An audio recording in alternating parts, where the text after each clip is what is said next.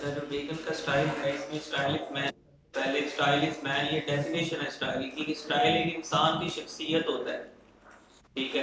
तो जो बेकन है उसका स्टाइल ही उसकी शख्सियत है, जो उसको स्कॉलर बनाता है, जो उसको प्रोज राइटर बनाता है, बल्कि जो उसको father of modern English prose writer बना देता है, ये उसका स्टाइल ही है। उसके स्टाइल के अंदर सबसे पहले जो सबसे बड़ी खूबी है वो ये है ब्रीविटी वाली। और ब्रीविटी के ऊपर उसके ऊपर एक कोटेशनल एक फिक्रा है, एक प्रोवर्बियल सेंटेंस है। Brevity is the soul of wit. जो इख्तिसार है वो अकल की रूह है।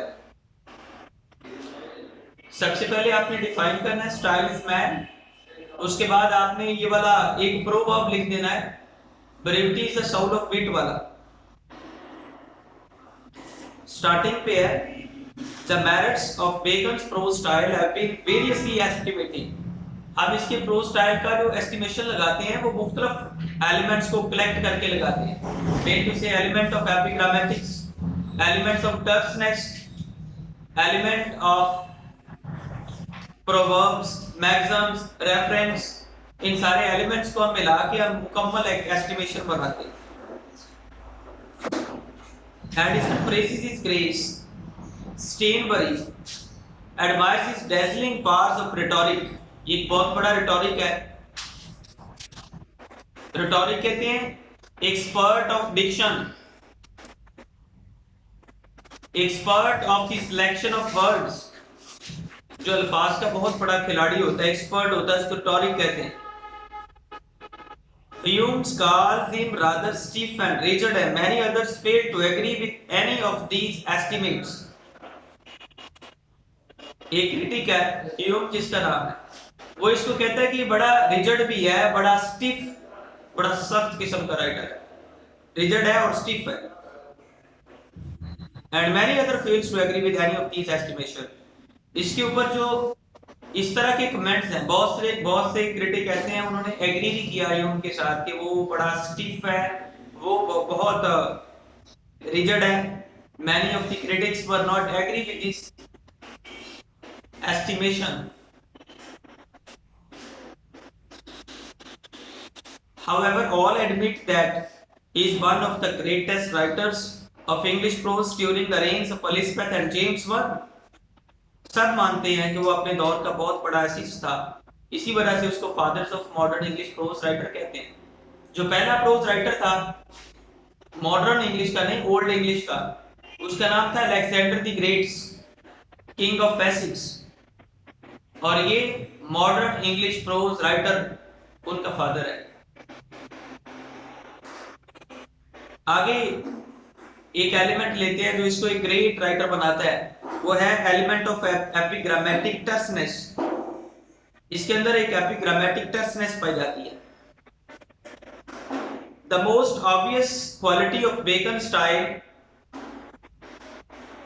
On which strikes even cursory reader is terseness of expression। इसके जो एक्सप्रेशंस हैं वो बहुत टर्स हैं, उसके अंदर टर्सनेस पाई जाती है। टर्सनेस को अगर हम सिंपली देखें तो ये है एक किस्म का short sparing in the use of words, abrupt किस्म का, बड़ा शॉर्प और शॉर्ट, मुख्तसर और बड़ा शार्प सेंटेंस जो होता है उसको टर्स कहते हैं।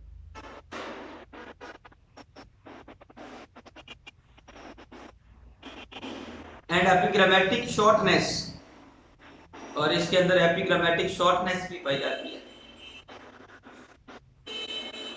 Bacon possessed to be a great degree than any other of ancient and modern times, except perhaps Tacitus or Aristotle, the power of expressing into a few words a great body of thought। इसके अंदर है power of expressing into a few words, चंद अल्फाज में ये चीजों को express कर देता है। शॉर्ट एंड शॉक, छोटा और बड़े तेज, बड़े क्लेवर सेंटेंस बोलता है जिनको टच कहते हैं। और एपिग्रामेटिक के अंदर भी वो बड़े मुख्तसर तरीके से अपने ख्यालात का इज़हार करता है। Short way to express one's thought, short and balance way.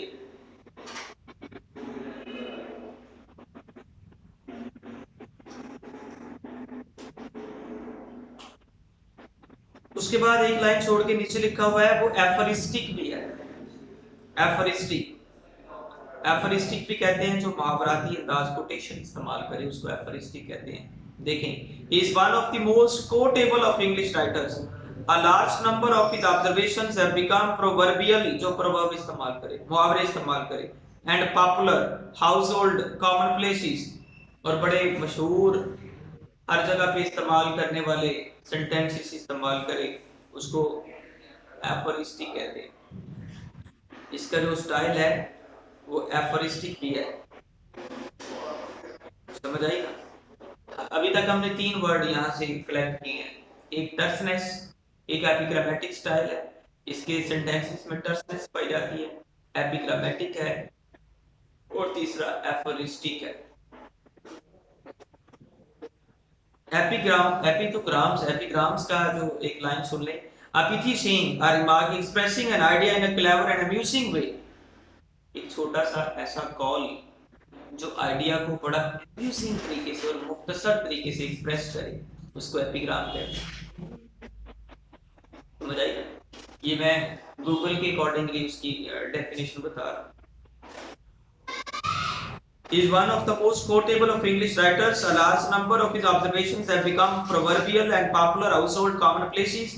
His sentences are brief. उसके जो फिक्रे हैं वो छोटे छोटे हैं। पूरा स्टाइल इसका जानने के लिए सबसे पहले छोटा सा फिक्रा पकड़ लें। इसका सारा स्टाइल जो है, his sentences are brief and rapid, quickly, sentence over sentence, sentence over sentence, and into a tersial way, एक बड़ा टर्सनेस के, बड़ी टर्सनेस है उसके अंदर। एपिग्रामेटिक वे में फिक्रे इसके ऐसे आते हैं rapidly, but they are also forceful, लेकिन उसके जो सारे सेंटेंसेस हैं वो बड़े पावरफुल हैं, फोर्सफुल हैं।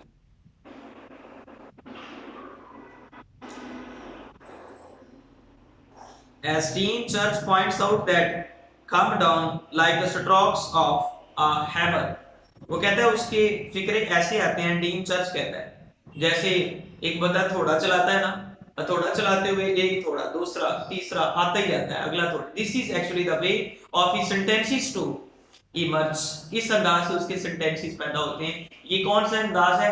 Rapid way of generating sentence over sentence, so is loading sentences over sentences. Aphoristic style है, एपिग्रामेटिक स्टाइल है, टर्सनेस पाई जाती है इसके स्टाइल के अंदर। ऊपर मैंने 2 डेफिनेशन बताई हैं, style is man and brevity is the soul of reader. अभी तक ये जो मैंने आपको 5-6 पॉइंट बताए हैं, this is a central pivot to write over paragraphing.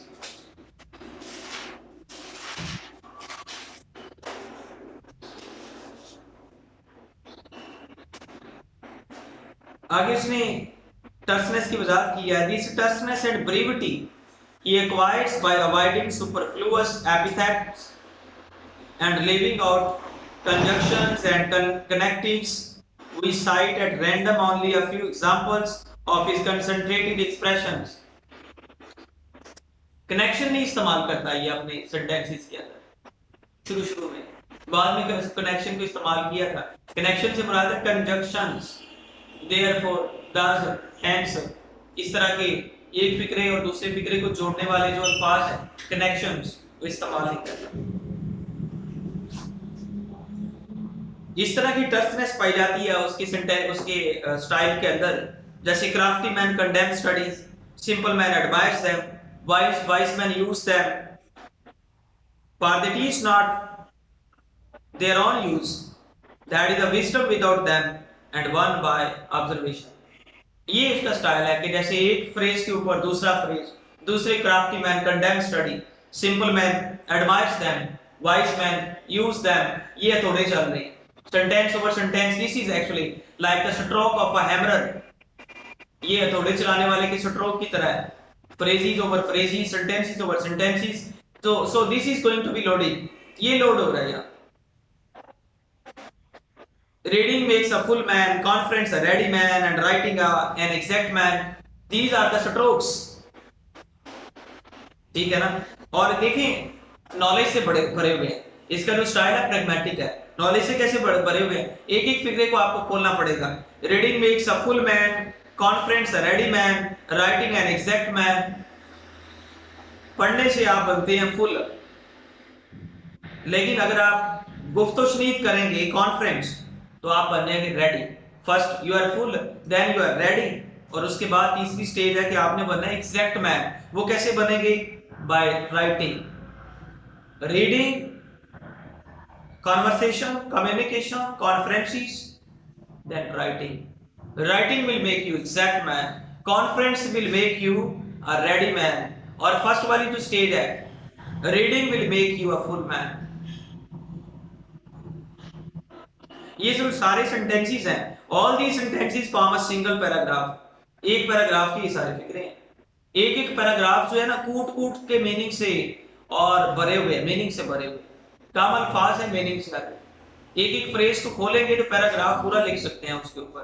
How one becomes a ready man with conferences, ये ऊपर हेडिंग और नीचे आप फिर उसकी तशरीह खोलेंगे किस तरह कॉन्फ्रेंस के साथ एक बंदा रेडी मैन बन जाता है. How one becomes a full man by reading, तो आप पूरा पैराग्राफ लिख सकते हैं उसके ऊपर वजाहत करके. So this is the quality of a paragraph of A sentences. You can unveil one sentence into a paragraph. इतने ज्यादा अल्फाज को एक जगह पे वो बंद कर देता है. This is the quality of baker. Antithetical statement इस्तेमाल करता है. It also be noted in this connection that a liar become was in the habit of weighing and judging the pros and cons of question. जो भी सवाल उठाता है ना उसके सारे पॉइंट्स को कलेक्ट करता है वो. फॉर एंड अगेंस्ट मतलब all the angles he derives from over there. He discusses all the angles, all the pros and cons, mean to say all the positive and negative elements, all the favorable and opposing elements, all the angles he deals over there while dealing. तो ये वहां पे एक balance create कर देता है. इस balance को कहते हैं एंटीथेटिकल सेंटेंसेस. मतलब एक जगह पे जहां पे एक चीज के नुकसान बयान करता है, अगर हम ऐसे लिखें यूज ऑफ मोबाइल फोन और अब सिर्फ उसके फायदे लिखे नुकसान ना लिखे, this is no balance. It means there is no balance. It means one is only dealing one angle, not all the angles. So there are major two angles. दो एंगल्स हैं. तो ये जिस भी चीज को डील करता है ना, सच के भी सारे फायदे और नुकसान बयान करता है, झूठ के फायदे और नुकसान बयान करता है, इसी तरह सिमुलेशन एंड डिसिमुलेशन के सारे फायदे और नुकसान बयान करता है, और रिवेंज के सारे फायदे और नुकसान बयान करता है. This is antithetical. Balance sentence के अंदर एक उसका बैलेंस.